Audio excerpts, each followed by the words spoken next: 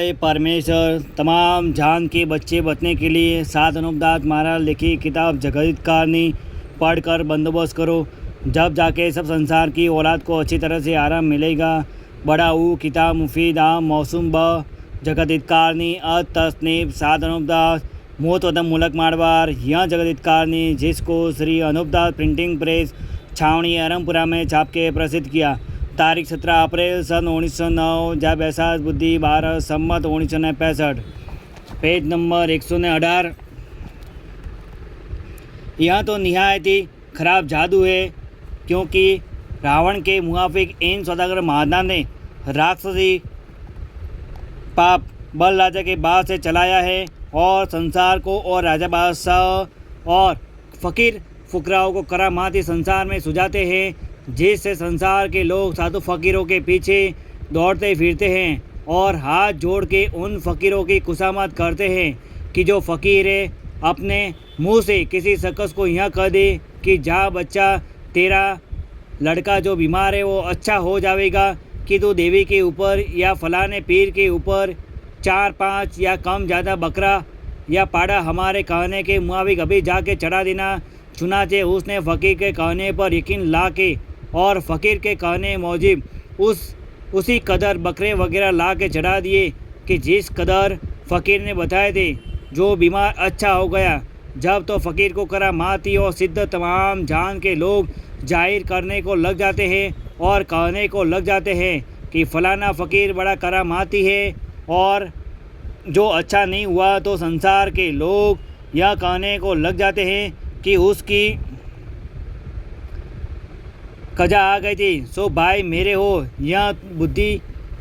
यह तुम्हारी बुद्धि का जोर है कि जो तुम लोग कसमों के भरोसे देवतों के ऊपर जीव देते हो और हाड़ डालते हो और पर्चों के भरोसे भूले हुए हो, परंतु यह पर्चा कोई चीज़ नहीं है और ना फ़कीरों अतीतों कहने से कुछ होता है। हाँ, ऐसा अलबत्ता है कि जो फ़कीर है और परमेश्वर की भक्ति करता है तो उसके जीव का भला होता है, दूसरे का भला सिवाय परमेश्वर नहीं कर सकता है। सो ईश्वर तो सबका ही भला चाहता है, वो तो किसी के वास्ते बुरा नहीं चाहता है। यह तो सौदागरान ने रावण की तरह से राक्षसी पाप चलाया है और तमाम जान की अक्ल राक्षसी पाप से खराब कर दी है, जिससे परमेश्वर को तो कोई भी याद नहीं करता है, जिससे परमेश्वर को सब भूल गए हैं और बंदियों के जाल की सब माला फेर रहे हैं, कि जैसे रावण के वक्त में तमाम जान के लोग रावण के जाल की माला फेरते थे, उसी तरह से अब इन सौदागरान के राक्षसी पाप की माला फेर रहे हैं और इन बंदियों ने सैकड़ों किस्म के जाल के रोग तो जाहिर कर दिए, जिससे जमीन माता दिन दिन दुबली होती जाती है। क्योंकि फिर जमाने की चांदी सोने के खाने बोलते थे, वो बीमारी के सबब से गल गई है, परंतु यह चांदी सोने के खाने हैं, जमीन माता के शरीर की चर्बी है। लेकिन यह बात तो काबिल ख्याल करने के हैं कि जब शरीर में चर्बी नहीं होगी तो शरीर की ताकत कहाँ से रहेगी, बल्कि उनकी तो ताकत के अलावा हड्डी भी गल जाएगी। चुनाचे अब जमीन माता में ताकत नहीं है, क्योंकि इसके शरीर की चर्बी गल गई है, इसी से जमीन माता दुबली हो गई है। Page number 119। और दुबली होने के सबब से ज़मीन के ऊपर कोई चीज़ अच्छी तरह से नहीं होती है, जिसकी खास वजह यह है कि इन बंदियों ने राक्षसी पाप चला रखा है, जिससे ना तो मैं होता है और ना जमीन माता सुख से सांस लेती है, जिसकी खबर अब तक तुम संसार के लोगों को बिल्कुल नहीं है। अगर से खबर होती तो अपनी अपनी औलाद बचने के लिए बंदोबस्त करते, क्योंकि रावण वगैरह के वक्त में शनिचर के कहने से बंदोबस्त किया था जब पाप दफे हुआ था। फिर शनिचर की तरह से अब मैं भी बंदियों के राक्षसी पाप से तुम सब संसार के बच्चे बचने के लिए तुम सबको वाकिफ करता हूँ, जिसका बंदोबस्त तमाम जान के हिंदू मुसलमान और अंग्रेज़ वगैरह अपनी अपनी औलाद बचने के लिए इस किताब जगदीतकारनी के मजमून को पढ़ करके बंदोबस्त करो। जब तुमको और तुम्हारी औलाद को अच्छी तरह से आराम मिलेगा। अगर ये बंदोबस्त नहीं करोगे तो यहाँ बने दूसरी बादशाहतों को अब लाकर हिंदुस्तान का राज कराएंगे।